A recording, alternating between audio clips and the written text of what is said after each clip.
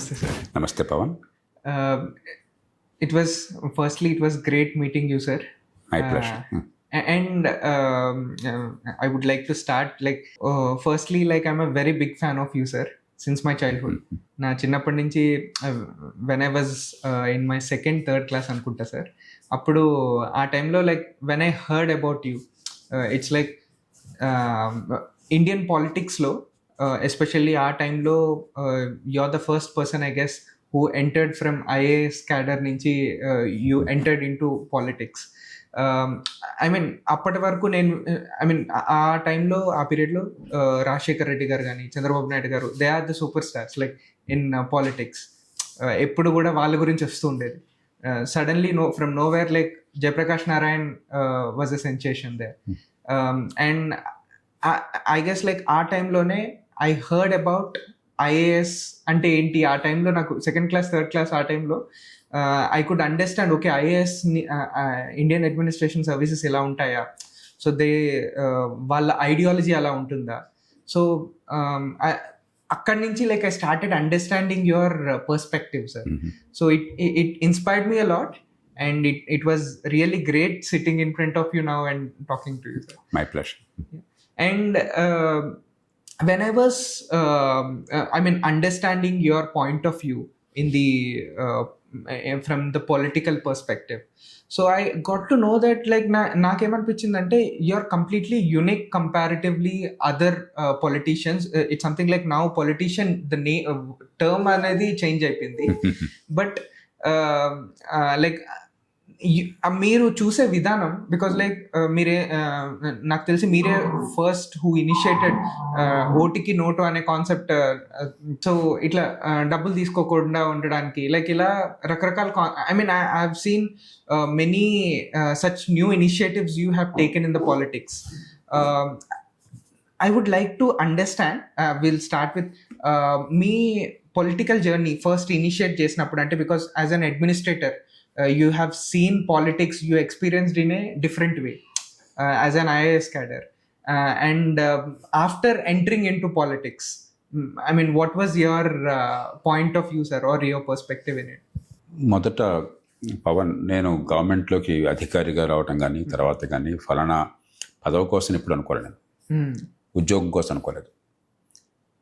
నేను ఒక వైద్యుడిని. వైద్య విద్యార్థిగా ఉండగా ఈ దేశంలో అప్పుడే ఇప్పుడు 75 ఏళ్ళ స్వతంత్రం లాగా అప్పుడు 25 ఏళ్ళ స్వాతంత్రం, 50 ఏళ్ళ క్రితం స్వతంత్ర పోరాటం, ఆ విలువలు, మహాత్మా గాంధీ, ఆనాటి పరిస్థితులు అవి మమ్మల్ని అందరినీ ప్రభావితం చేసిన సహజంగానే.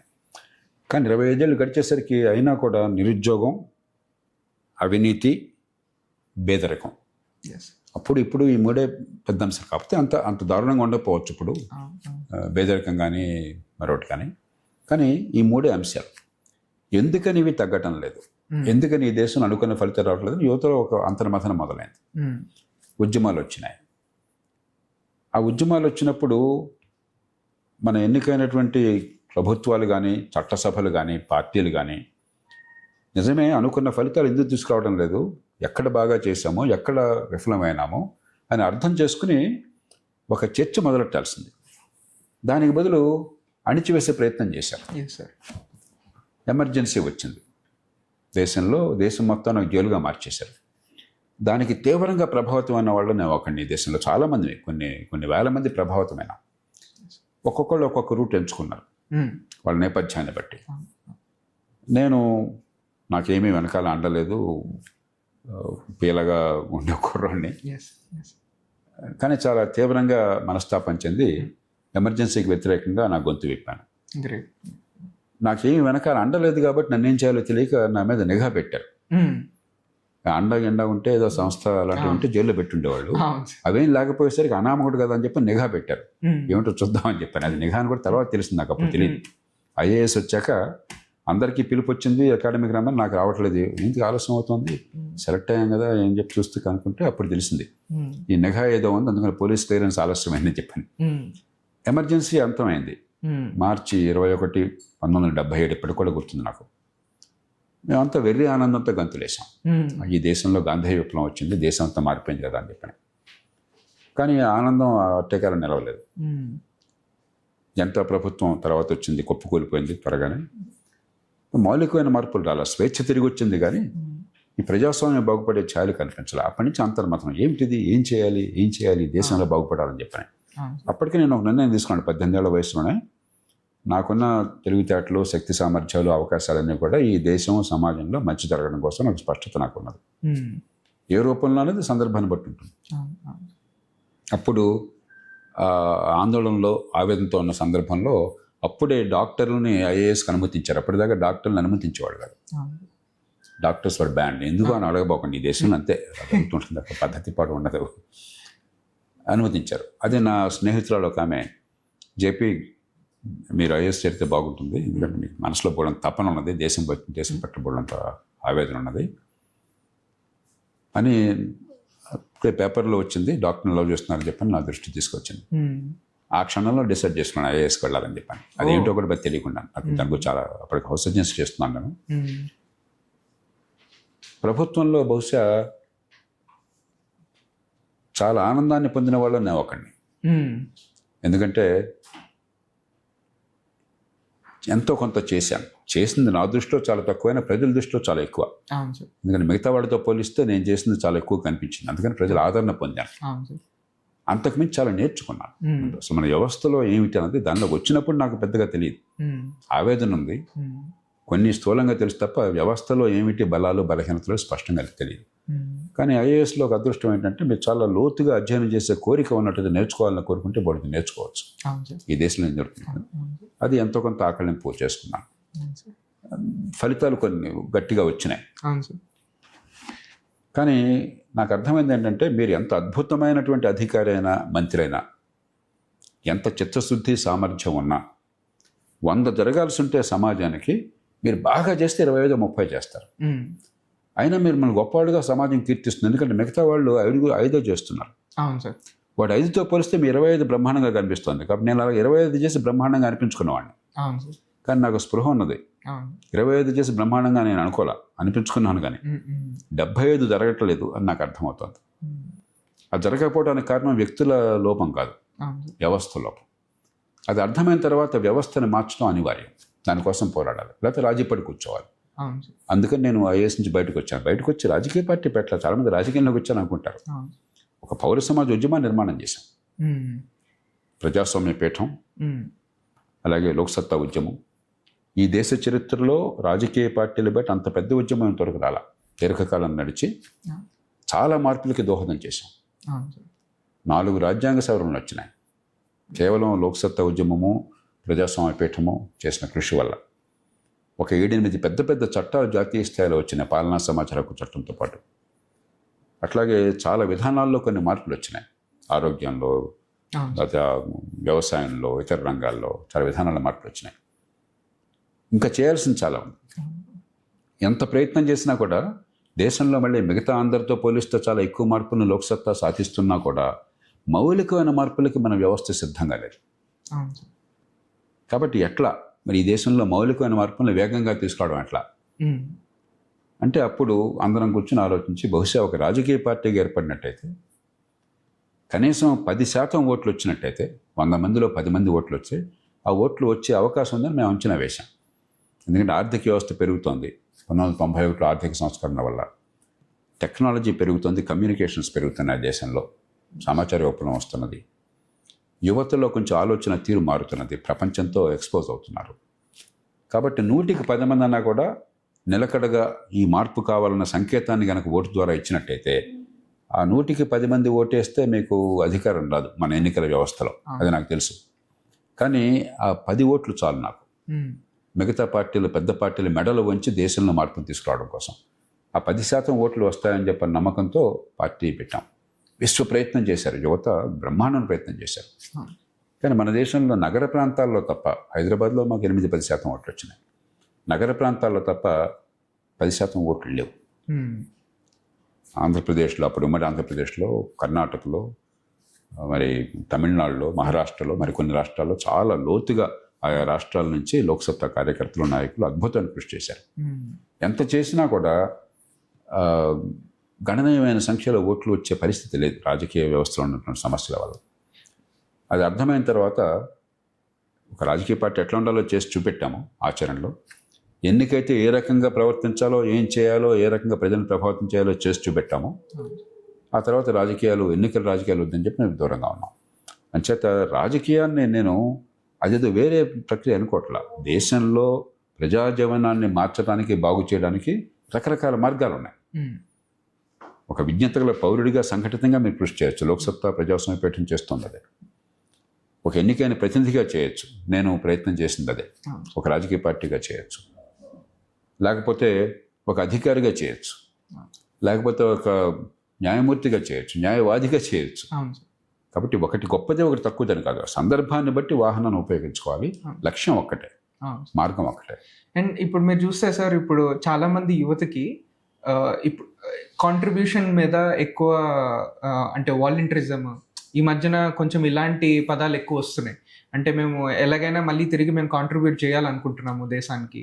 లేదా ఇప్పుడు మీరు చూస్తే వాలంటీర్స్ కూడా ఇప్పుడు సంఖ్య పెరుగుతున్నారు. అంటే ఒక దేశానికి ఎలాగో ఒకలాగా ఏదో విధంగా మేము సాయం చేయాలి అని. కాకపోతే ఆ పెరిగే కొద్దీ లైక్ కొంతమంది ఎట్లా అంటే మేము ఎలా కాంట్రిబ్యూట్ చేయాలి. సో ఫర్ ఎగ్జాంపుల్ ఒక 50,000 సంపాదిస్తున్న వాళ్ళు, సో వాళ్ళు ఇప్పుడు మేము దేశానికి తిరిగి కాంట్రిబ్యూట్ చేయాలంటే మేము తిరిగి డబ్బులు ఇవ్వాలా ఎవరికైనా సాయం డబ్బుల ద్వారా సాయం చేయాలా, లేకపోతే మా టైంని మేము స్పెండ్ చేయాలా. లైక్ మీరు ఇందాక చెప్పినట్టు మీరు మీ జర్నీ స్టార్ట్ చేసినప్పుడు like you contributed through your ideology and like మీ ఒక ఉద్యమం స్టార్ట్ చేయడం. సో ఇలాంటి మీరు చాలా మందికి ఒక మైండ్లో ఒక అపోహ ఏంటి అంటే, ఏదైనా మన దేశానికి కాంట్రిబ్యూట్ చేయాలి అంటే మన జీవితాన్ని మనం అర్పించాలి, దానికి మొత్తం మన జీవితాన్ని పణంగా పెట్టి. మంచి ప్రశ్న. ఇప్పుడు మన దేశంలో పెద్ద సమస్య అదని ఎప్పుడు కూడా చెప్తుంటాను. మహాత్మా గాంధీ ఎంత గొప్ప మనిషో ఆయన అంత సమస్య కూడా తీసుకొచ్చారు దేశాన్ని. ఆయన ఒక ఋషి, ఒక యోగి, త్యాగ పురుషుడు, మహాత్ముడు ఆయన. కాబట్టి ఆయన జీవితంలో అన్ని త్యజించి సమాజ కళ్యాణం కోసం, మానవ కళ్యాణం కోసం అని చెప్పిన జీవితాన్ని పూర్తిగా అంకితం చేశారు. దాంతో మనందరికీ ఏ భావం కలిగిందంటే, మీరేమన్నా సమాజాని కోసం చేయాలని చెప్పినట్టయితే గాంధీ గారిలాగా అన్ని త్యాగం చేసేయాలి. మీ కుటుంబం లేదు, మీ ఆర్థిక సంపద లేదు, మీ వృత్తి లేదు, మీ వ్యాపారం లేదు, మీకు సుఖాలు లేవు, మీరు అన్ని త్యాగం చేసేయాలని చెప్పిన. అది సాధ్యం కాదు. మనందరం మనుషులం, ఒక జీవితం ఉంది మనందరికీ. ఆ జీవిత కాలంలో నిజాయితీగా, ఆత్మగౌరవంతో, సంతోషంగా బతకడం తప్పేం కాదు, దాని పాపం కాదు, సంజయ్ చెప్పనక్కర్లేదు. అసలు మనం చేస్తున్న ప్రయత్నం అంతా సమాజంలో జీవితాలు మెరుగుపడడం కోసం. జీవితాన్ని త్యాగం చేయాల్సిన అవసరం ఏంటి? అందుకే నా నోటి నుంచి త్యాగం అనే పదం ఎప్పుడు రాదు. ఏమన్నా అంటే పెట్టుబడి, మన సమాజం కోసం, ఉమ్మడి అవసరాల కోసం పెట్టుబడి పెడుతున్నాం. మన జీవితంలో 185 మన చేతుల్లో ఉన్నాయి, మనకు కావాల్సినవి. మీరు ఏ ఇంట్లో ఉంటారు, ఏం ఆహారం తింటారు, ఎలాంటి ఫర్నిచర్ కొనుక్కుంటారు, ఏం బట్టలు వేసుకుంటారు, మీ డబ్బు ఎట్లా ఖర్చు పెట్టుకుంటారు, పొదుపు చేస్తే డబ్బు ఎట్లా పొదుపు చేసుకుంటారు, ఏం ఉద్యోగం చేస్తారు, ఏ డాక్టర్ దగ్గరికి వెళ్తారు, ఎవరిని ప్రేమిస్తారు, ఎవరిని పెళ్లి చేసుకుంటారు, ఇవన్నీ మీ సొంత విషయాలు. 185, దానికి ఇంకొక ప్రమేయం లేదు, ఒక్కొక్కరు ఇష్టం వాళ్ళది. కానీ మీకు అవసరమైనవి, అవి జరగకపోతే, అవి లేకపోతే బతుకు సరిగ్గా నడవనివి, కానీ మీరు సొంతంగా చేయలేనివి ఉన్నాయి. మీ ఇంటి దగ్గర రోడ్డు అధ్వానంగా ఉందనుకోండి, మురుగునీళ్ళు రోడ్డు మీద ప్రవహిస్తుంటే ముక్కులు కంపు కొడుతున్న జబ్బులు వస్తున్నాయి అనుకోండి, అవన్నీ మీ జీవితానికి అవసరం, కానీ మీ చేతుల్లో లేవు. మీరు ఒక్కళ్ళే దాన్ని ఏం చేయలేరు. ట్రాఫిక్ చండాలంగా ఉంది, బయటకు వెళ్తే మరి యాక్సిడెంట్ అయిపోయి ప్రాణం పోతామని భయం వస్తుంది, మీరు అంత జాగ్రత్తగా వెళ్తున్నా కూడాను. స్కూల్కి వెళ్తే పిల్లల్ని పంపిస్తే స్కూల్లో చదువు అవ్వట్లేదు, చదువు రావట్లేదు, తెలివితేటలున్నా కూడా ఆరోగ్యం అందట్లేదు. ఏమైనా అన్యాయం జరిగితే పోలీస్ స్టేషన్కి పోతే మనకు పట్టించుకునే నాజులు లేడు, కోర్టుకి వెళ్తే మరి కోర్టులో కేసు నడవదు. ఇవన్నీ దేశంలో మనం చూస్తున్నాం. ఇవన్నీ మనకు అవసరం, కానీ మనం ఎవరూ సొంతంగా చేయలేం. మీరు ఎంత గొప్పవాళ్ళైనా సొంతంగా చేయలేరు. మందిగా మాత్రమే చేయగలం, సామూహికంగా మాత్రమే చేయగలం. ఇదే ప్రజాజీవనం అంటే. అది పెద్ద వేరేదే కాదు, ఇది కూడా జీవితానికి అవసరమే. కొన్ని సొంతంగా మీరు చేసుకోగలవి, మరికొన్ని మందిగా తప్ప చేసుకోలేనివి. అదే తేడా, డివైడింగ్ అనేది. రాజకీయం అన్నది పెద్దది వేరే అనుకుంటున్నాం కాదు. నేను ఎప్పుడు చెప్తుంటాను, మీరు ఎంత గొప్పవాళ్ళైనా, ఎంత డబ్బు సంపాదించినా, ఎంత ఆకాశాన్ని అంటే అందమైన మేడ కట్టినా, పక్కా ఇంట్లో ఉన్నటువంటి నిరుపేద పిల్లోడిని, ఆ గుడిసెలో ఉన్న పిల్లోడిని దోమ కొడితే ఆ దోమ మీ ఇంటికి వస్తుంది. అవును మీరెంత గొప్పవాళ్ళైనా దోమను ఆపే శక్తి మీకు లేదు. అవును అన్ని జాగ్రత్తలు పెట్టిన ఒకసారి ఓపెన్ చేస్తే ఒక్క దోమ వస్తే చాలు. అవును నాకు మా శ్రీమతికి ఈ మధ్య చిక్కున్ గున్యా వచ్చింది. మా శ్రీమతికి ఇంకా తగ్గల.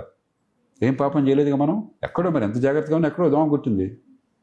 ఆ ఒక్క దోమ కొడితే చాలు మాకు. అవును కాబట్టి ఈ మంది హితాన్ని బాగు చేయాలంటే సొంతంగా చేసుకోవాలి. అంచేత దేశ మాత త్యాగము ఇవన్నీ పెద్ద పెద్ద మాటలు అక్కర్లా. సొంతంగా చేసుకోలేని పనులు, ఉమ్మడిగా అవసరమైన పనులు సాధించడం కోసం పనిచేయటమే సమాజ సేవ. దానికి మీకున్న అవకాశాలను బట్టి, మీ ఆసక్తిని బట్టి, మీకున్నటువంటి సమయాన్ని బట్టి, వనరులను బట్టి ఏ రూపంలోనే చేయొచ్చు. ఈ రూపమే లేదు. అన్నిటికంటే సులభంగా చేయవలసింది ఏంటంటే ముందు మన మంది అవసరాలు 10 మందికి కావాల్సినవి మన వీధిలో, మన ఊళ్ళో, మన చుట్టుపక్కల కొంత మొదలెడదాం. మన ప్రాంతం మన ఊరు బాగు చేసుకోకుండా మన చుట్టూ ఉన్న పరిస్థితులు బాగు చేసుకొని దేశాన్ని మనం ఉద్ధరిస్తాం. అంచేత రాజకీయంలో పాలు పంచుకోవటము అంటే ఎన్నికల్లో పోటీ చేయడం కాదు. రాజకీయము అంటే సొంతంగా చేసుకోలేని మంది హితానికి అవసరమైన ఉమ్మడి పనులు.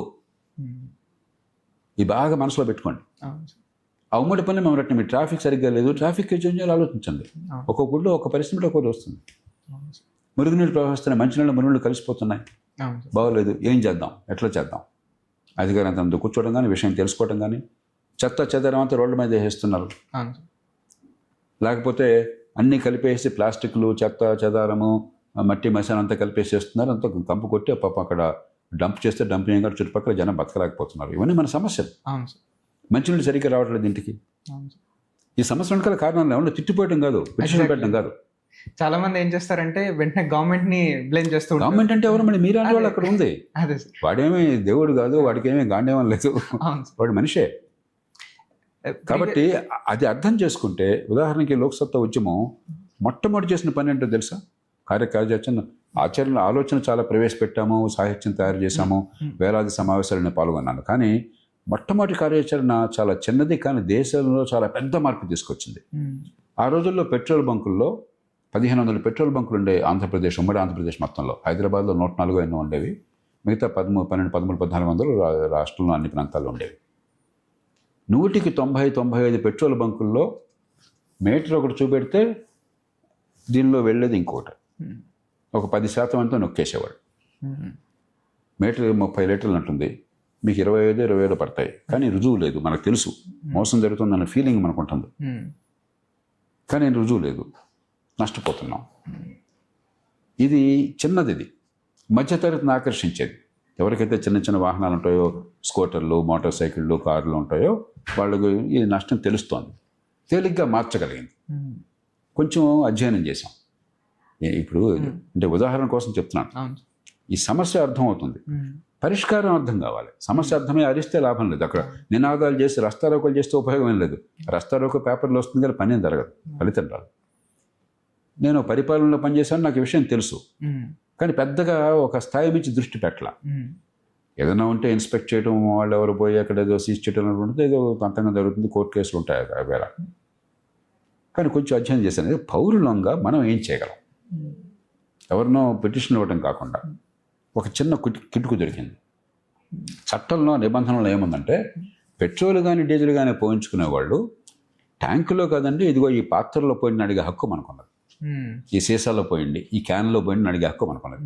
ఆ సంగతి నాకు కూడా స్ఫురణలోకి లేదు. అప్పుడు కొంచెం అధ్యయనం చేస్తే వచ్చింది. గొప్ప విషయం కాదు, నేను పెద్దదే అద్భుతమైన సాంకేతిక విషయం ఏం కాదు, కానీ సింపుల్ ఒక చిన్న విషయం దొరికింది. అది పట్టుకున్నాం. పట్టుకుని 1 లీటరు, 5 లీటర్లు, 10 లీటర్లు క్యాన్లు తయారు చేసి కరెక్ట్గా అదే వాల్యూమ్తో, ఎవరైతే దీన్ని సర్వే లీగల్ మెట్రాలజీ డిపార్ట్మెంట్ అంటారు, ఆ రోజుల్లో వెయిట్స్ అండ్ మెజర్స్ డిపార్ట్మెంట్ ఉన్నవాడు, వాళ్ళ దగ్గరికి పంపించి సర్టిఫై చేయండి అయ్యా, వాల్యూమ్ చూసేది అది బాధ్యత, కొంత ఫీ కట్టేస్తే వాళ్ళు సర్టిఫై చేయాలి. వాల్యూమ్ కొలిసి ఇది కరెక్ట్గా 1 లీటరు, 5 లీటర్లు, 10 లీటర్లు అని చెప్పి వాళ్ళు సర్టిఫై చేయాలి. సర్టిఫై చేశారు. అక్కడ మనం గొంతు ఉపయోగించాలి, మనకు విషయం తెలియాలి. చేసిన తర్వాత వందలాది కార్యకర్తలు, లోక్సత్తా కార్యకర్తలు అప్పటికే రాష్ట్రమంతా కొన్ని వేల మంది, 10,000 మంది తయారైనారు. హైదరాబాద్లో నేనే వాళ్ళతో కూర్చుని కొందరు బస్సులు ఎక్కి మనం కొంచెం మంచి క్యాప్, కొద్దిగా కోటు, ఎందుకంటే ఆకర్షణీయంగా ఉండాలి, ప్రజలకు అర్థం కావాలి, కొంచెం బ్రాండింగ్ కావాలి. అవన్నీ చేసి ఈ పాత్రలు తీసుకుని పెట్రోల్ బంకులకు వెళ్ళి డబ్బులు ఇచ్చి దీనిలో 5 లీటర్లు పోయండి. నేను వస్తున్నాను అందరికీ తెలిసి అప్పటికి తెలిసిపోయింది. తర్వాత మనం 10 మంది వెళ్ళినప్పుడు, తర్వాత మీకు కొంత విషయం తెలిసినప్పుడు, పౌరుడికి సంఘటితంగా పరిజ్ఞానంతో నిలదీసినప్పుడు వాడు నీకు పోయిన విధానం అనలేడాడు. మామూలుగా ఎవరైనా ఒంటరిగా వెళితే అలా అనుండేవాడు. అది సాధ్యం కాదే. అక్కడే సంఘటితంగా పరిజ్ఞానంతో గొంతు ఇవ్వటం నేర్చుకోవాలి. సంఘటితమైనాము, పరిజ్ఞానం అన్నది దాన్ని ప్రిపేర్ అయినాము, గొంతు విప్పాము, దీనిలో పోయమన్నాం. కాబట్టి దీనిలో పోయిననే హక్కు వాడికి లేదు, అనలేడు. ఇది ఇల్లీగల్. నాతో పాటు లీగల్ మెట్రాలజీ డిపార్ట్మెంట్ కూడా ఇచ్చారు ఆ రోజున. ఎందుకంటే వాళ్ళకి వేరే మార్గం లేదు. ఎప్పుడైతే అక్కడ కనిపించేది వేరు, మీటర్లో కనిపించేది వేరు, దీనిలో పడ్డది వేరు అని చెప్పిన అర్థమైందో 15 రోజుల్లో మొత్తం 1500 పెట్రోల్ బంకుల మీటర్లు సరి చేశారు. ఇక ఎందుకంటే ఆట చెల్లిపోయింది, ఇంకా ఆట కట్టేశారు. నేను జిల్లాలకు ఎప్పుడు వెళ్ళినా కూడా నేను మిగతా పనులతో పాటు గంట సేపు పెట్రోల్ బంకులకి కార్యక్రమానికి వెళ్ళేవాడిని.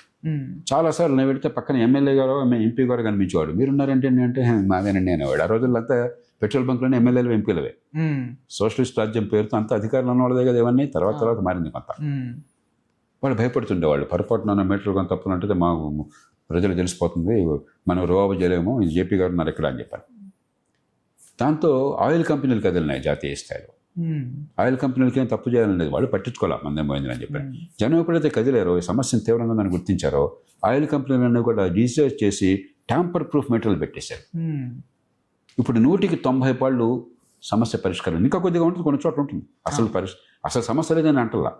కానీ ఆనాడు 110 లీటర్లు పోతే ఈనాడు బస్సు 1 లీటరు 6 లీటర్ పోతుంది. ఈ 25 ఏళ్ళలో జరిగింది 1998లో, 26 ఏళ్ళు కరెక్ట్, అక్టోబర్ 2. ఈ వారానికి 26 సంవత్సరాలు అయింది ఈ పని జరిగి. 98 అక్టోబర్ 2 నేను కార్యక్రమం చేశాను. 26 ఏళ్లలో బహుశా ఈ దేశంలో ఒక 7-8 లక్షల కోట్ల రూపాయల పెట్రోలు, డీజిలు వినియోగదారులకు ఆదాయం ఉంటుంది, సామాన్య పౌరులు. ఏ ఆర్భాటం లేకుండా, పబ్లిసిటీ లేదు, ఆర్భాటం లేదు. చిన్న కార్యక్రమం, కానీ అర్థవంతమైన కార్యక్రమం. విషయం అర్థం చేసుకుని సంఘటితమై పరిజ్ఞానంతో గొంతు ఇవ్వటం నేర్చుకోగానే ఎంత తేలిగ్గా మారిపోయిందో చూడండి. అన్నీ మారిపోతాయి నేను అంటలా, కానీ చాలా ఇట్లా మారిపోతాయి. అవును సార్, వాళ్ళ సమస్యను వాళ్ళే గుర్తించగలగాలి. అక్కడ మనం ఒకరికొకరు సాయపడాలి. అవును సార్. నాకు తెలియకపోతే మీ దగ్గరికి వచ్చి పవన్ ఏంటని చెప్పారు, మీ పరిజ్ఞానం నాకు ఇస్తారు. మన ఇద్దరు తెలియకపోతే ఇంకోటి మనకు చెప్తారు. కానీ అది లేకుండా మనం ఏంటంటే ప్రతిదానికి ఒక పిటిషన్లు ఇవ్వటం, రాస్తారోకో చేయటం, రోడ్డు మీద కూర్చొని అరవటం, బూతులు తిట్టడం, వీడు వాడిని తిట్టడం, వాడిని తిట్టడం. ఇది కాదు రాజకీయం అంటే, పరిపాలన అంటే, సంస్కరణ అంటే, ఉద్యమం అంటే. ఇవన్నీ డ్రామాలు. యాక్చువల్లీ నేను ఇంతకుముందు చెప్పినట్టు తెలంగాణ స్టేట్ ఇన్నోవేషన్ సెల్లో వర్క్ చేసేవాడిని సార్. నేను ఇంటింటా ఇన్నోవేటర్ అనే ఒక ప్రోగ్రామ్ చేసేవాళ్ళం సార్ మేము. లైక్ ఎలా అంటే ప్రతి ఇంట్లో ఒక ఇన్నోవేటర్ ఉంటాడు.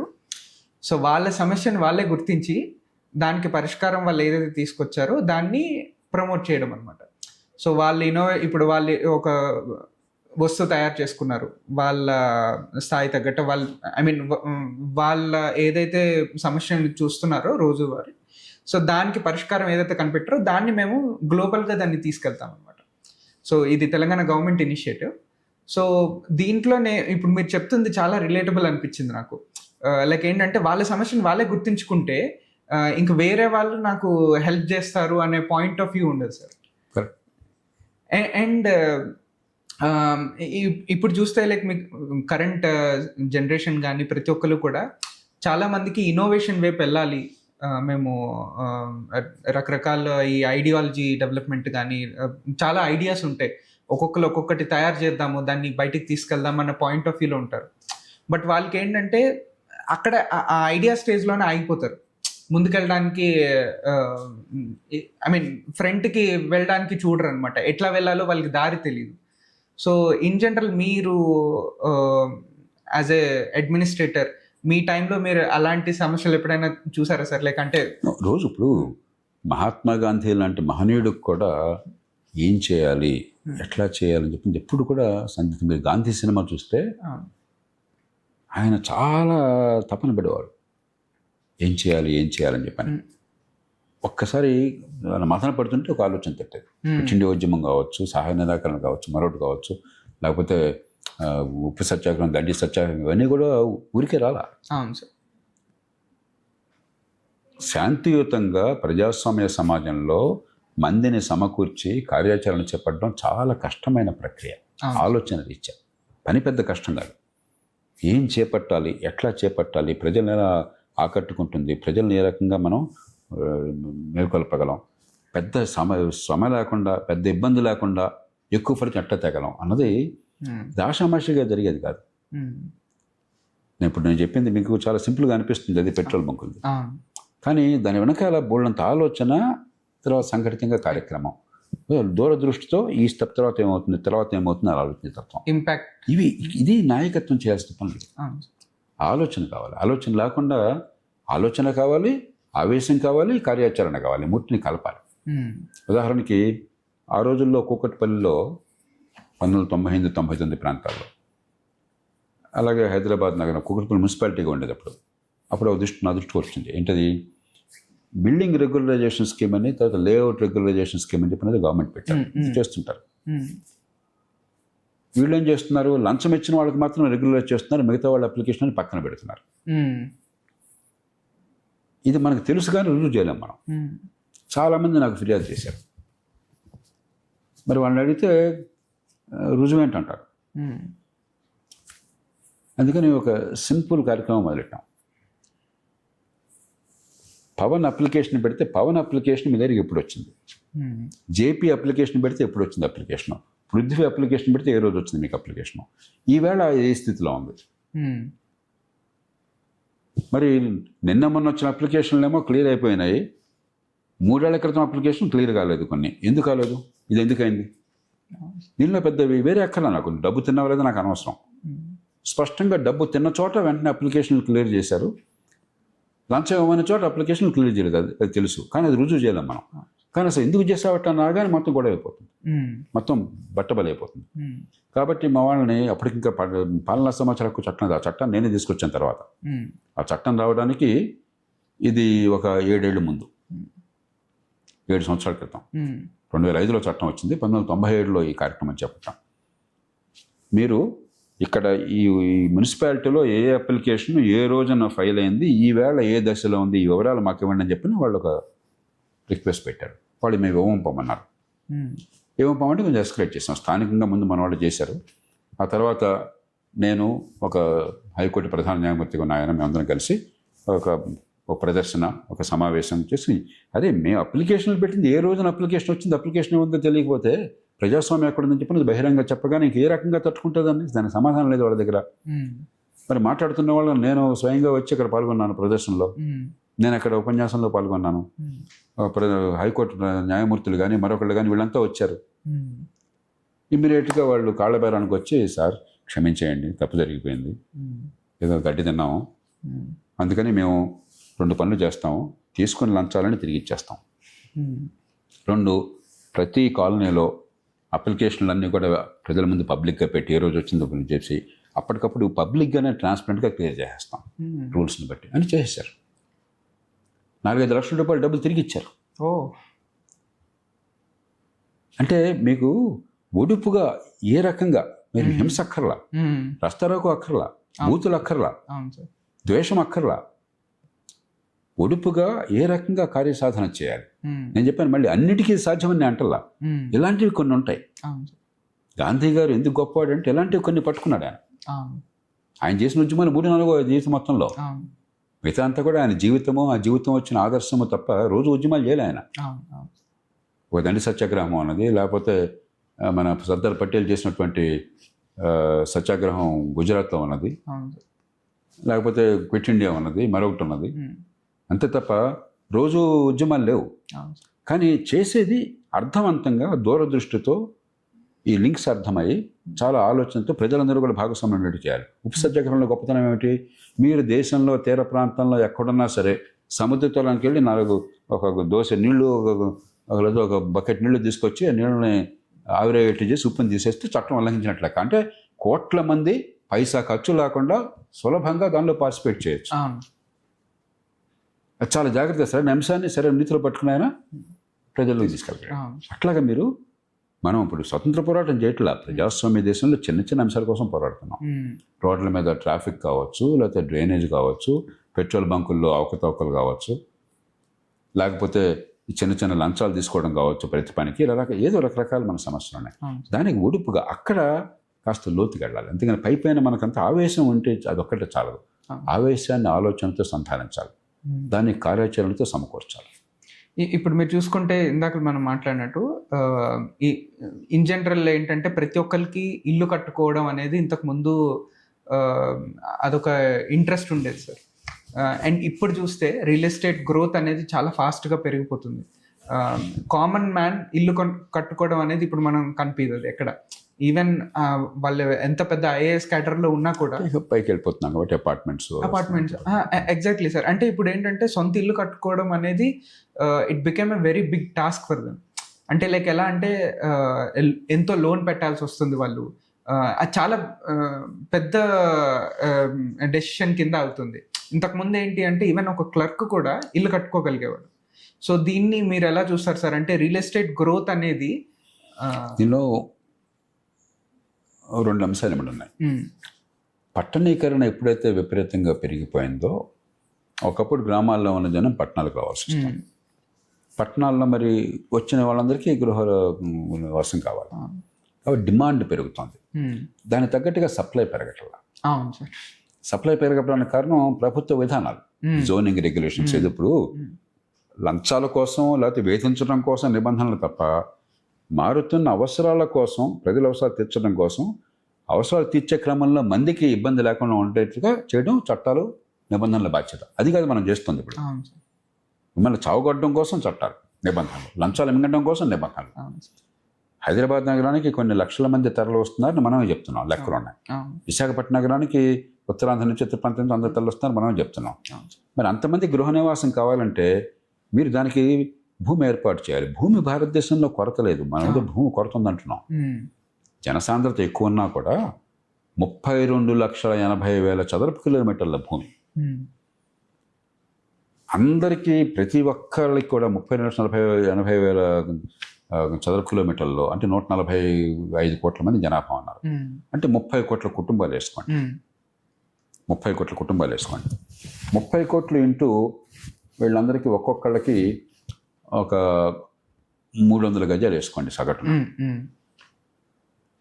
అంటే ఎకరాకి మీకు 16 స్థలాలు సాధ్యం. నేను చెప్పే 16 స్థలాల్లో మొత్తం చేరుగా ఉంటుంది, దానిలో భూమి గట్ల ఉంటుంది. సో నేను సరే రోడ్లు గడ్డ వేస్తే ఎకరానికి 8 వేసాం అనుకోండి, 50% పోయింది అంటున్నాను, కామన్ ఎమ్యూనిటీస్ కోసం చెప్పాను.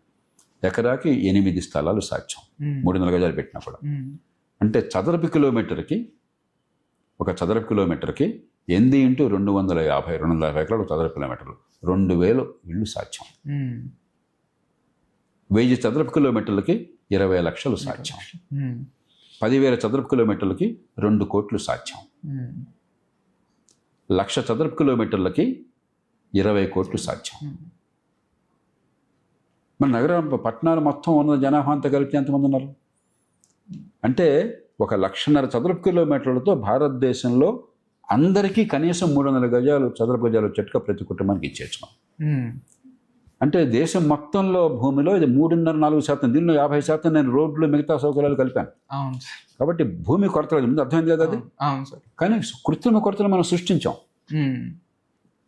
మనం అలా భూమి పడిందని ఇల్లు కట్టలేరు, రోడ్లు కావాలి. రోడ్డు వేయండి, రవాణా కల్పించండి, మొత్తం ఓపెన్ అయిపోతుంది. నివాసయోగ్య ప్రాంతంలోనూ రోడ్లు వేయండి. రోడ్లు ఏమని చెప్పంటే లోతట్టు ప్రాంతాల్లో వర్షం వస్తే వరదలు వచ్చే ప్రాంతాల్లో కాదు, అది చేయండి.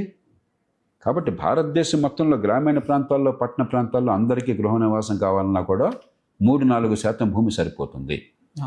భూమి లేకపోవటం కాదు, టౌన్ ప్లానింగ్, జోనింగ్, ఎలొకేషన్, అది మనం చేతుల్లో పట్టుకునే లంచాలకి. చాలా రాష్ట్రాల్లో మీరు గమనిస్తే కొన్నేళ్ల క్రితం దాకా అన్ని రాష్ట్రాల్లో ఇది, ఈ మధ్య ఇప్పుడు కూడా చాలా రాష్ట్రాల్లో ఉంది.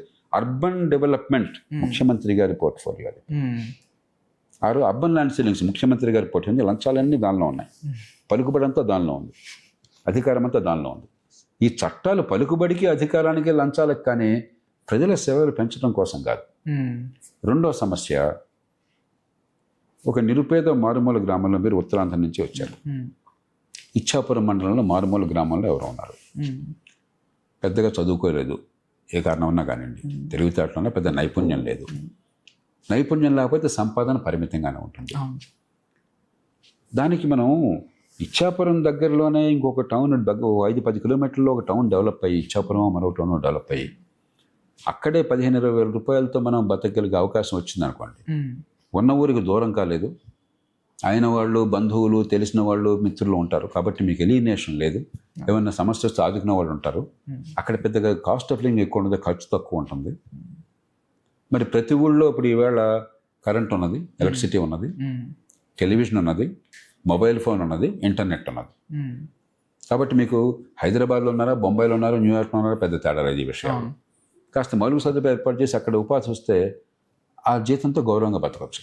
అదే 15,000తో వైజాగ్ వస్తే బతకడం కష్టం, 15,000తో హైదరాబాద్ వస్తే ఇంకా కష్టం, బెంగళూరు పోతే ఇంకా కష్టం. కాబట్టి ఎక్కడికక్కడ ఏర్పాటు చేసాం అనుకోండి, అందరూ హైదరాబాద్ బెంగళూరు పోవాల్సిన అవసరం లేకుండా గృహ నిర్మాణం కూడా ఈజీ అవుతుంది. అక్కడ స్థలం ఎక్కువ ఉంది, పల్లెటూరు దగ్గరలో ఉన్నారు, ఈజీగా వచ్చేస్తుంది. కాబట్టి చిన్న పట్టణాల అభివృద్ధి, ఈ రెండు చేసామనుకోండి, అప్పుడు భూములకి పుష్కలంగా భూములు దొరుకుతాయి, మంచి క్వాలిటీ మనం హౌసింగ్ చేయొచ్చు, మరి మిగతా మౌలిక సదుపాయాలు కల్పించవచ్చు, జీవితం హాయిగా ఉంటుంది. కాబట్టి ప్రభుత్వాలు ఆ రీతిని ఆలోచించాలి. మనం అట్లా కాకుండా ఏదో గుడ్డెద్దు చెలబట్టట్టు పోతున్నాం. కొద్ది ప్రాంతాల్లో కొన్ని ల్యాండ్స్ మాత్రం అవైలబుల్గా ఉన్నాయి, దానికి గిరాకీ విపరీతంగా 100 రెట్లు 1000 రెట్లు పెరిగిపోతుంది. ఒక సామాన్య కుటుంబం హైదరాబాద్లోనో విశాఖపట్నంలోనో ఈవేళ భూములు కొనాలని చెప్పంటే భూమి కొనడానికి సమస్య లేదు.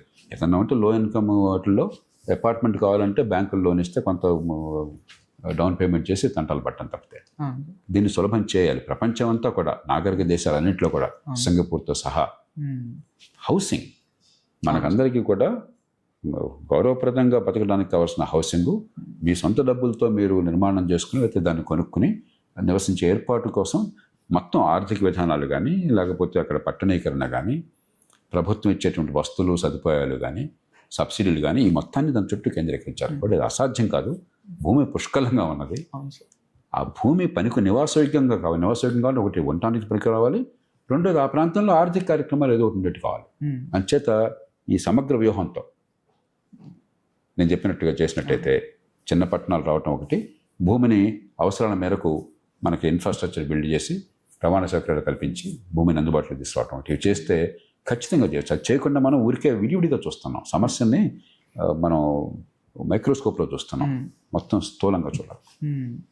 సో ఇప్పుడు చూస్తే సార్, మన ఈవెన్ మీడియాలో కానీ వీటిలో కూడా ప్రొజెక్ట్ అయ్యే విధానం అది కూడా, ఇప్పుడు ఫర్ ఎగ్జాంపుల్ ఎక్కడైనా మనం ఇందాక భూమి ఇదే తీసుకుంటే ఇక్కడ బాగా ఎక్కువ పెరుగుతుందని, లైక్ మీడియాలో ఏంటి అంటే విత్ ప్రాపర్, అంటే ఈ మధ్యన ఈవెన్ ప్రజలకి అది ప్రాబ్లం అవుతుంది, ఈవెన్ మీడియా కూడా ఎలిగేషన్కి ట్రూత్కి ఉన్న డిఫరెన్స్ మిస్ అవుతుంది సార్. అంటే ఇప్పుడు ఫర్ ఎగ్జాంపుల్ ఇక్కడ ఈ భూమిలో ఇలా, ఐ మీన్ ఇక్కడ ఎయిర్పోర్ట్ వస్తుంది అని ముందే వాళ్ళు చెప్పడం.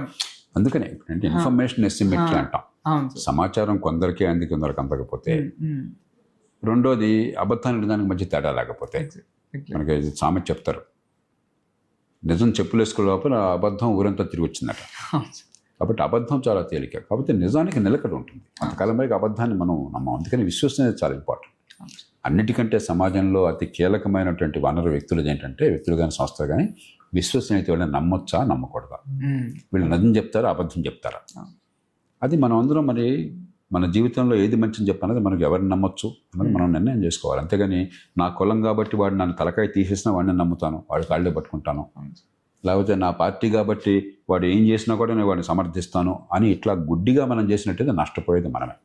ఎవరిని నమ్మొచ్చు, ఎవరిని నమ్మకూడదు, ఎవరు మనకు న్యాయం చేస్తారు, ఎవరు చేయరు, ఎవరితో వ్యాపారం లావాదేవీలు ధర్మంగా ఉంటే ఉండవు అని చెప్పన్నది మనం కులం, మతం, పార్టీ, ప్రాంతం పక్కన పెట్టి మనం లాభ నష్టాలు బేరీజ్ వేసుకోవాలి నిజాయితీగా. అప్పుడు జీవితం కొంతమేరకు బాగుపడుతుంది. ప్రభుత్వం కూడా ఈ మోసాల నుంచి అరికట్టే ప్రయత్నం చేయాలి. దానికి చట్టబద్ధ పాలన లేని దేశం మనకి. బడితో నోడిదే బర్రీ దేశంలో. బలవంతుడు ఏం చేసినా కూడా వాడిని ఏం చేయలేం మనం. బలహీనుడు ఏ తప్పు చేయకున్నా కూడా వాడిని ఇబ్బంది పెట్టచ్చు. అలాంటి సమాజంలో ప్రజాస్వామ్యం కాగితం మీదే ఉంటుంది. మన దేశంలో నేను రోజు చెప్తుంటాను, చట్టబద్ధ పాలన లేదు. ఏ పార్టీ అయినా ఎలక్షన్లో చట్టబద్ధ పాలన తీసుకొస్తామని చెప్తున్నారు. ఫ్రీగా ఇస్తా అది ఇస్తా ఇది ఇస్తా అంటున్నాడు. వాడు బాబుగారు సొమ్ము ఇచ్చినట్టుగా. మన డబ్బు అది, మన పన్నుల డబ్బు. మన పన్నుల డబ్బుతో మనకు కావాల్సిన పనులు చేయకుండా మన ఓట్లు ఆకర్షించడం కోసం, పేదరికాన్ని కొనసాగించడం కోసం, తాత్కాలికంగా మలం వేయటం కోసం తాయిదాలు ఇస్తానంటున్నాడు. మనం దానికి బాల్తా పడుతున్నాం. లేకపోతే ఓట్లు డబ్బు ఇస్తానంటున్నాడు, కానీ మనం దానికి బాల్తా పడుతున్నాం. లేకపోతే నా కులం ఇది, నా మతం అది అంటున్నాం, మనం దానికి బాల్తా పడుతున్నాం. నష్టపోయేది మనమే తిరిగ్గా. దీని నుంచి బయటపడే వ్యవస్థ రావాలి. అండ్ ఇప్పుడు మీరు చూసుకుంటే ఇందాక మనం చూసినట్టు media plays a very big role in terms of ఇలాంటివి ప్రజెంట్ చేయడంలో కానీ. ఎందుకంటే డైరెక్ట్గా ఏ నాయకులైనా ప్రజెంట్ చేయాలంటే మీడియా ఈజ్ అ ప్లాట్ఫామ్ కదా సార్. సో ఇప్పుడు ఎలా అయిపోయిందంటే యూట్యూబ్ అవి వచ్చిన తర్వాత ఇట్స్ వెరీ ఈజీ, ఎవరైనా ఏదైనా చెప్పగలరు, ఏవైనా మాట్లాడగలిగే ప్లాట్ఫామ్స్ వచ్చేసాయి ఇప్పుడు. సో ఇప్పుడు ఏమవుతుందంటే కన్జ్యూమ్ చేసే విధానం కూడా ప్రజలు ఏదైనా ఒక చిన్న ఎలిగేషన్ వచ్చినా కూడా ఇట్ ఈస్ వెరీ ఫాస్ట్గా స్ప్రెడ్ అయిపోతుంది. అండ్ అది ఎంతవరకు అంటే వ్యాలిడేట్ కూడా చేయట్లేదు ఎవరు, అది ఎంతవరకు నిజం ఉంది అందులో. ఈవెన్ మీడియా పీపుల్ కూడా ఇంతకుముందు ఏంటంటే ఒక ఏదైనా ఒక న్యూస్ వెయ్యాలి అంటే ఒక 10 సార్లు చూసుకునేవారు అది ఎంతవరకు నిజమా కాదా అని. అదివరకు ఏంటంటే సాంప్రదాయ మీడియాలో పొరపాట్లు ఉన్నా కూడా ఎడిటరు, సంపాదక వర్గము, వాళ్ళ క్రెడిబిలిటీ, అనుభవము, ఒక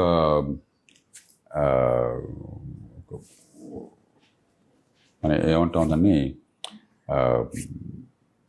వాకిలి ద్వారం దగ్గర కావాలా ఉన్నట్టుగా మనకి పనికొచ్చే వార్త, నిజమైన వార్త, చెత్త చెదారం క్షీర న్యాయం అంటారు, అవి వేరు చేసే అవకాశం ఉండేది. ఇప్పుడు ఏమైంది, డెమోక్రటైజేషన్ ఆఫ్ కమ్యూనికేషన్, ఆధునిక టెక్నాలజీతో ఒక ఐన్స్టైన్ ఏ రూపంలో మనందరికీ సోషల్ మీడియా ద్వారా చెప్పగలడో, పరమమూర్ఖుడు అంతే శక్తితో చెప్పగలడు. అది ఐన్స్టైన్ చెప్పిందా లేకపోతే పరమమూర్ఖుడు చెప్పిందా మనం నిర్ణయం చేసుకోవాలి. అంతేగాని ఐన్స్టైన్ మాటలకి బదనంగా బలమేమీ చేకూరలా. అలాంటి కాలంలో ఉన్నాం కాబట్టి ప్రపంచమంతా ఈ సమస్య ఉన్నది. అందుకే మరింత జాగ్రత్తగా ఉండాలి. ఏ మూర్ఖుడు ఏం చెప్పినా కూడా దున్నపోతే ఏంటంటే దూడను కట్టేమనే స్థితికి మనం ఉంటే మనం నష్టపోతాం. ఇది మన దేశంలో ప్రపంచంతో జరుగుతుంది. మనలాంటి దేశాల్లో విద్య లేదు కాబట్టి, మూఢనమ్మకాలు ఎక్కువ ఉన్నాయి కాబట్టి, ఇంకా కులం, మతం, ప్రాంతం బాగా ఎక్కువ రాజ్యం వెళ్తున్నాయి కాబట్టి మరింత ఎక్కువగా బోల్తా పడే అవకాశం ఉన్నది. అంటే అటు చట్టము కొన్ని జాగ్రత్తలు తీసుకోవాలి. కనీసం ప్రజలకు హాని చేసేటువంటి అబద్ధాలు ప్రచారం కాకుండా ఈ గేట్ కీపర్ అంటాం, గేట్ కీపర్ లాగా సమాజంలో కూడా కొంతమంది ఆలోచించేవాళ్ళు నిజాన్ని చెప్పడం మొదలెట్టాలి, విశ్వసనీయత ఉన్నవాళ్ళు. మరి ప్రజలు క్షేమమైన న్యాయం, మంచి ఏమిటి చెడు ఏమిటో అర్థం చేసుకునే శక్తి ఉండాలి. కాబట్టి కొంత మన సంక్షోభంలో ఉన్నాం, ప్రపంచం అంతా ఉన్నాం, మన దేశంలో కూడా ఉన్నాం. నిజానికి అబద్ధానికి తేడా జరిగిపోతున్నది. అందరికీ ఒకే రకమైన శక్తి వస్తున్నది సోషల్ మీడియాతో. దాంతో చాలా లాభం ఉన్నా కూడా నష్టం కూడా కొంత ఉన్నది, జాగ్రత్త పడకపోతే. బెస్ట్ ఎగ్జాంపుల్ సార్ 1994లో మన నంబి నారాయణ గారి ఇష్యూ సార్. సో ఆయన అది మీడియాలో ప్రెజెంట్ చేసినప్పుడు ఏ పాపం ఎరగకుండా ఆయన దేశద్రోహం చేశాడని చెప్పాను, స్పైయింగ్ చేశాడని చెప్పాను, జీవితాన్ని అంతా వృధా చేశాడు. అవును సార్. మరి అదే మర్డర్లు చేస్తే శిక్షలు పడిన వాళ్ళు కోకొల్లగా ఉన్నారు ఈ దేశంలో. అవును సార్.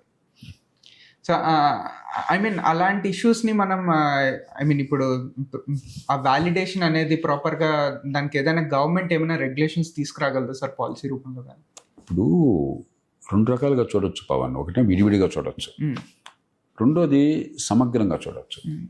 5 కోట్ల కేసులు ఈ దేశంలో పరిష్కారం లేకుండా నడుస్తున్నాయి. లోక్సత్తా ప్రారంభించినప్పుడు 2,70,00,000 కేసులు అని చెప్పేవాడు నేను. డబుల్ అయిపోయింది, తగ్గాల్సింది పోయి. మరి సామాన్యమైన కేసుల దగ్గర నుంచి మర్డర్ కేసుల దాకా 20 ఈ మధ్యన ఎక్కడ చూశాను నేను, 26 ఏళ్ళు పెట్టిందట. వాడు టెర్రరిస్ట్ అఫెన్స్లో మర్డర్ కేసు చేస్తే 26 ఏళ్ళు ఇందుకే శిక్ష పడలా. కోర్టు శిక్ష వేసింది, అమలు కాల ఇంతవరకు. సుప్రీంకోర్టు దాకా 3 సార్లు వెళ్ళింది, మళ్ళీ కోర్టు మళ్ళీ మందికి వెనక్కి. ఈ పరిస్థితుల్లో ఈ దేశంలో విడివిడిగా చూడడం కాదు, సమగ్రంగా చట్టబద్ధ పాలన సమూలంగా మార్చాలి. ప్రభుత్వాలు ఒక పక్కన ప్రజల స్వేచ్ఛని కాపాడుతూనే సమాజం మొత్తాన్ని, మందిని కాపాడడం కోసం చెప్పని ఈ స్వేచ్ఛకు పరిమితులు రాజ్యాంగం ఇచ్చిన దాన్ని సమగ్రంగా అమలు చేయాలి, నిజాయితీగా అమలు చేయాలి, నిష్పాక్షంగా అమలు చేయాలి. రాజ్యాంగంలో అందుకని రీజనబుల్ రెస్ట్రిక్షన్స్ అన్నారు. హక్కులు ఉన్నాయి మనకి, కానీ నా హక్కు మీ హక్కులకు భంగం కలిగితే అది హక్కు ఎట్లా అవుతుంది? అవును. కాబట్టి రీజనబుల్ పరిమితులు, రీజనబుల్ రెస్ట్రిక్షన్స్ అంటే హేతుబద్ధమైనటువంటి పరిమితులు. అది మన రాజ్యాంగం రాజ్యాంగ నిర్మాణం చాలా ముందు చూపుతో చేశారు. దాన్ని ఉపయోగించుకోవాలి. ఉపయోగించుకున్నప్పుడు మీరు పక్షపాతంతో చేయరు, మీ పార్టీ వాళ్ళకి లాభం కోసం చేయరని నమ్మకం ప్రజలకు కలగాలి. అలాంటి వ్యవస్థ మనకు లేదు. పోలీసులు కావచ్చు, ప్రాసిక్యూషన్ కావచ్చు, ఫారెన్సిక్స్ కావచ్చు, కోర్టులు కావచ్చు, పద్ధతులు కావచ్చు, ఈ మొత్తాన్ని సమూలంగా మార్చాలి. ఏం మార్చాలో విజ్ఞులందరికీ తెలుసు. అలాగా తాత్సారం చేస్తున్నాం మనం. అండ్ ఈ మధ్యన చూస్తే మీరు స్టూడెంట్స్ కూడా గన్స్ మీద వాటి మీద ఎక్కువ ఇంట్రెస్ట్ చూపించడం. అంటే ఇప్పుడు రీసెంట్గా కొన్ని గేమ్స్ కూడా, ఇంతకుముందు మా చిన్నప్పుడు గేమ్స్ ఎలా ఉండేవంటే sir, car racing, bike racing అలాంటి గేమ్స్ ఉండేవి. సో ఇప్పుడు మేము మాకు ఎలా ఉంటుంది అంటే ఆ కార్ కొనుక్కోవాలి, లేకపోతే ఆ బండి కొనుక్కొని డ్రైవ్ చేయాలన్న పాయింట్ ఆఫ్ వ్యూలో ఉండేది. ఇప్పుడు ఏంటంటే ఇప్పుడు ఉన్న కరెంట్ జనరేషన్ అంతా కూడా పబ్జీ అని కానీ బీజిఎం అని చెప్పి ఒక గేమ్ ఏదో వచ్చింది, ఇండియన్ వర్షన్. సో అవేంటంటే బేసిక్గా మనుషుల్ని కాల్చడం. సో ఆ గేమ్స్కి ఎక్కువ అలవాటు పడుతున్నారు. చూస్తే వైలెన్స్కి ఎక్కువ అలవాటు పడుతున్నారు అన్నమాట. ఇప్పుడు నేను కోరే తల్లిదండ్రులని, యువతను కూడా ఒకటే, ఆహ్లాదం కోసం ఎంటర్టైన్మెంట్ అవసరమే, వద్దినవరా. కానీ ఆ ఎంటర్టైన్మెంట్ మనకు వ్యసనంగా మారితే ఎడిక్షన్ కావటం ఓ పక్కన, రెండు పక్కన మనస్తత్వాన్ని మార్చేట్టయితే, ఉదాహరణకు అదే పనిగా తుపాకులు వాడిని చంపేయటం, కాల్చేయటం, బాంబు వేసేయడం ఇదే చేసాం అనుకోండి, కొందరు మనస్తత్వ శాస్త్రజ్ఞులు చెప్తుంది ఏంటి, సైకాలజిస్ట్ చెప్తుంది ఏంటి, చిన్నారి వయసుల్లో ఈవేళ టెలివిజన్లో కానీ, లేకపోతే ఈ సోషల్ మీడియాలో కానీ, లేకపోతే వీడియో గేమ్స్లో కానీ కొన్ని వేల గంటలు హింసను చూస్తున్నారు. Exactly sir. కొన్ని వేల మంది టపా పేల్చేస్తున్నారట. కాబట్టి చాలామంది భయపడుతుంది. కొంతమంది పెద్ద భయం లేదని అంటున్నారు, కానీ చాలామంది భయపడేది ఏంటంటే హింసకి అహింసకి మధ్య తేడా తెలియనప్పుడు, మంచికి చెడుకి మధ్య తేడా తెలియనప్పుడు, రేపు పొద్దున ప్రవర్తనలో కనుక అరే ఇది చేయకూడదని చెప్పినది మనసు కనుక ఆపకపోయినట్టయితే వాళ్ళే హంతకులు అవుతారు, నరహంతకులు అవుతారు. వాళ్ళే మరి కొన్ని దేశాలు, అమెరికా లాంటి దేశాల్లో 77 మంది 80 మంది టప కాల్చి పారేస్తున్నారు. వాడి చేతిలో మెషిన్ గన్ ఉంటుంది. కాబట్టి మనం ఖచ్చితంగా కొన్ని జాగ్రత్తలు తీసుకోవాలి. ఈవెన్ ఫిలిమ్స్ లో కూడా అవి చూపిస్తున్నారు సార్. లైక్ మిషన్ గన్ లేకపోతే హింస చాలా గొప్పది. ఎంత గొప్ప హీరో అంటే వాడు అంత ఇలా ఒక దెబ్బ కొడితే దృశ్యం అంటే 10 మంది పడిపోతారు, 100 మంది పడిపోతారు. 5వ అంతస్తు దూకుతాడు, వాడు కాళ్ళు బ్రహ్మాండంగా ఉంటాయి. ఒక్క మనిషి 100 మందిని కొట్టేస్తాడు. ఏంటో ఇది బాబు, మీ జీవితాల్లో మీరు హీరోలు. ఇవన్నీ హీరోయిజం కాదు, ఇవన్నీ కెమెరా ట్రిక్కులు, మన మోసం చేసేవి. దాన్ని నమ్మబోకండి. సరదాగా ఆనందించండి సినిమాలో 5 నిమిషాల కోసం చెప్పండి, అది జీవితం అనుకోబోకండి. ఇతరులు మీకు ఎంతవరకు హీరోలు అంటే మీ జీవితం మీద మంచి ప్రభావాన్ని చూపెట్టిన మేరకు వాళ్ళు హీరోలు, అంతే తప్ప మీ జీవితంలో మీరు హీరోలు. మీ బతుకుని గురించి ఆలోచించుకోండి. మన కనుక సమాజము, విద్యా సంస్థలు, కుటుంబం, యువత తమంత తాము పట్టించుకోకపోతే చాలా కష్టం. ప్రభుత్వం కొంతమేరకు చేయగలదు, కానీ ఒక స్థాయి మీద చేయడం కష్టం. ప్రభుత్వం కొంచెం గట్టిగా పట్టించుకుంటే నియంతృత్వాన్ని మీరే అంటారు. మళ్ళీ రెండోది, మన దేశంలో ఎన్ని పొరపాట్లు జరిగినా కూడా కొన్ని మంచి జరిగినాయి. ఒకటి ఉదాహరణకి గన్ కంట్రోల్. మొత్తం మీద భారతదేశంలో తుపాకులని నియంత్రణ గట్టిగా ఉన్నది. ఉత్తరాది రాష్ట్రాల్లో లేదు, తపంచాలు లేకపోతే ఈ కంట్రీ గన్స్ వచ్చేస్తున్నాయి, మ్యానుఫ్యాక్చర్ గన్స్ కాకుండా అని చెప్పని కొన్ని ఫిర్యాదులు ఉన్నాయి. కానీ దేశంలో చాలా మేరకు గన్ కంట్రోల్ ఉంది. ఇతర దేశాలను చూసి మనం అనవసరంగా వార్తలు వేసుకునే వంటికి నాశనం చేసుకోవద్దు. మంచిని కొనసాగిద్దాం. గన్స్ అక్కర్లే సమాజానికి. ప్రతి వాడి చేతిలో గన్ పెట్టడం పరిష్కారం కాదు. అమెరికాలో 33 కోట్ల గన్స్ ఉన్నాయి, ఇప్పుడు 36 కోట్లు ఉన్నాయి ప్రస్తుతానికి. అంటే ఉన్న జనాభా కంటే తుపాకులు ఎక్కువ ఉన్నాయి. ఎవడి చేతిలో తుపాకు ఉంటుందో పోలీసు వాడికి భయం అక్కడికి వెళ్ళాలంటే. బయటికి వెళ్తే మీరు నేను సినిమాకో లేకపోతే ఒక షాప్కి వెళితే మనకు భయం. వాడు కొంచెం అనుమానంగా ఉంటే వాడు ఎటువంటి వాడి చేతిలో తుపాకు ఉందామని చెప్పని, ఎప్పుడు కాల్ చేస్తాడు అని చెప్పని. అలాంటి లోకం నరకం. అందుకని తుపాకులను అదుపు చేయాలి, నియంత్రణ గట్టిగా ఉండాలి. ఆ దేశాలను చూసి, ఈ సోషల్ మీడియా చూసి తుపాకు ఉండాలని కోరుకోబోకండి, పిచ్చి ఆలోచించేయబోకండి, అందరినీ చెత్తను అనుకరించబోకండి, మంచిని అనుకరించండి. కానీ ముందు మీ ప్రవర్తనని మీకు అనుకూలంగా మార్చుకోండి, మీకు పనికి వచ్చేట్టుగా. అండ్ ఇప్పుడు చూసుకుంటే రీసెంట్గా నేను న్యూస్లో వాటిల్లో చూసింది ఏంటి అంటే, మనం ఎక్కువ వెపన్స్ని కూడా ఎక్స్పోర్ట్ చేస్తున్నాం. అంటే ఐ మీన్ ఈవెన్ వెపన్స్ని ప్రొడ్యూస్ చేయడంలో కానీ ఎక్స్పోర్ట్ చేయడంలో కానీ మన పర్సంటేజ్ అనేది రోజు రోజుకి పెరుగుతుంది సార్. వెపన్స్ మనం ప్రపంచంలో అతిపెద్ద ఇంపోర్టర్ ముందు. Exactly. మనం అర్థం చేసుకోవాల్సింది. ఇంత పెద్ద దేశం మామూలు వెపన్స్ కూడా ఇంపోర్ట్ చేసుకోవటం అది సరైనది కాదు. గత 10 ఏళ్లుగా మోదీ ప్రభుత్వం గట్టి ప్రయత్నం చేసి కొంచెం ఎక్స్పోర్ట్లు చేసే ప్రయత్నము, తర్వాత ఇండిజినస్ ప్రొడక్షన్ ఇంపోర్ట్ల అవసరం తగ్గించే ప్రయత్నం చేస్తున్నారు. ఇంకా ఇంపోర్ట్ చేస్తున్నాం కానీ కొద్దిగా పరిస్థితి బాగుపడుతుంది మనకి. అండ్ ఇంకొకటి సార్, ఇప్పుడు ఈ ఐ మీన్ ఈ కైండ్ ఆఫ్ ఐడియాలజీ కానీ లేకపోతే ప్రజల్లోకి వీటిని ఇంకా తీసుకెళ్ళడానికి అంటే గవర్నమెంట్ ఎలాంటి ప్రయత్నాలు చేస్తే బెటర్ అంటారు? అంటే వీళ్ళకి ఐ మీన్ ఇప్పుడు గేమ్స్లో రిస్ట్రిక్ట్ చేయడం కానీ లేకపోతే ఎలాంటి నియమాలు తీసుకుంటే ఈవెన్ పేరెంట్స్ అయినా వాళ్ళు ఎలాంటి నియమాలు తీసుకుంటే వాళ్ళు... నాకు పెద్దగా రంగంలో అనుభవం లేదు, నైపుణ్యం లేదు. కానీ స్థూలంగా కామన్ సెన్స్తో నాకు అనిపించేది ఏంటంటే కొన్ని రకాలైనటువంటి సోషల్ మీడియా కానీ గేమ్స్ కానీ, కొన్ని గేమ్స్ నేను విన్నాను, నేను ఎప్పుడు వీడియో గేమ్స్ ఆడలేదు, నాకు తెలియదు, ఆసక్తి కూడా లేదు. కానీ అప్పుడు పేపర్లో ఎక్కడో చేస్తుంటే విన్నాను నేను. ఆ గేమ్ లక్ష్యం చివరికి సూసైడ్ చేసుకోవటం అంట. ఖచ్చితంగా నిషేధించాలి. లేకపోతే విపరీతమైన హింసను ప్రేరేపించడం విపరీతంగా ఖచ్చితంగా నిషేధించాలి. తర్వాత కనీసం ఒక వయసు లోపల చిన్నారుల మనసులు కల్లోలం కాకుండా ఒక వయసు లోపల అదుపు చేసే ప్రయత్నం చేయాలి. చట్టం కొంత ప్రయత్నం చేసినా కూడా ముందు సమాజం పూనుకోకపోతే, ప్రతి ఇంట్లో ప్రతి తల్లిదండ్రులు కూడా తన పిల్లల పట్ల బాధ్యత చూపెట్టకపోతే, మన ప్రయత్నం మనం చేయకపోతే చట్టం మీద ఆధారపడితే లాభం లేదు. ఎందుకంటే చట్టం చేయాల్సిన పనులు చాలా ఉన్నాయి, జరగట్లా. మళ్ళీ 10 చట్టాలు చేసి వాడికి అధికారం ఇచ్చేస్తే మన ఇంటికి వచ్చి చూస్తాడు, వీడియోలో ఏం చూస్తామని చెప్పని మనం ఒప్పుకుంటామా? చట్టం పాత్ర కొంత ఉంది కానీ చట్టం వల్లనే పెద్దగా కాదు. వీడియో గేమ్స్ లాంటివి, సోషల్ మీడియాలో ఉన్నటువంటి పరిస్థితులకి సమాజం పూనుకోవాలి, కుటుంబాలు పూనుకోవాలి, విద్యా సంస్థలు పూనుకోవాలి. అండ్ ఈవెన్ మనం ఇందాకలు అనుకున్నట్టు మహాత్మా గాంధీ గారు చెప్పిన నాన్ వైలెన్స్ పదం కూడా ఈ మధ్యన చాలామంది దానికి నెగిటివ్ అవుతున్నారు. మీరు చూస్తే మహాత్మా గాంధీ గారికి కానీ అంటే దాన్ని ఏమంటారు, సుభాష్ చంద్రబోస్ గారు గ్రేట్ అని ఇట్లా రివర్స్. కొంచెం చాలా స్పష్టంగా చెప్తాను, సుభాష్ చంద్రబోస్ గొప్పవాడే. మహాత్మా గాంధీ నేను మహాత్మా అని చెప్పన్నాడా లేకపోతే పనికి మాలినవాడా అన్నాడు? మీరు అనుకునే ప్రతి గొప్పవాడు మహాత్మా గాంధీని భూమి మీద దాదాపు దేవుడిలాగా ఆరాధించారు. ఆయన అభిప్రాయాలతో విభేదం ఉన్నా కూడా కొన్ని సందర్భాల్లో అన్ని అభిప్రాయాలు ఏకీభవించక్కర్లా. కాబట్టి ఏదో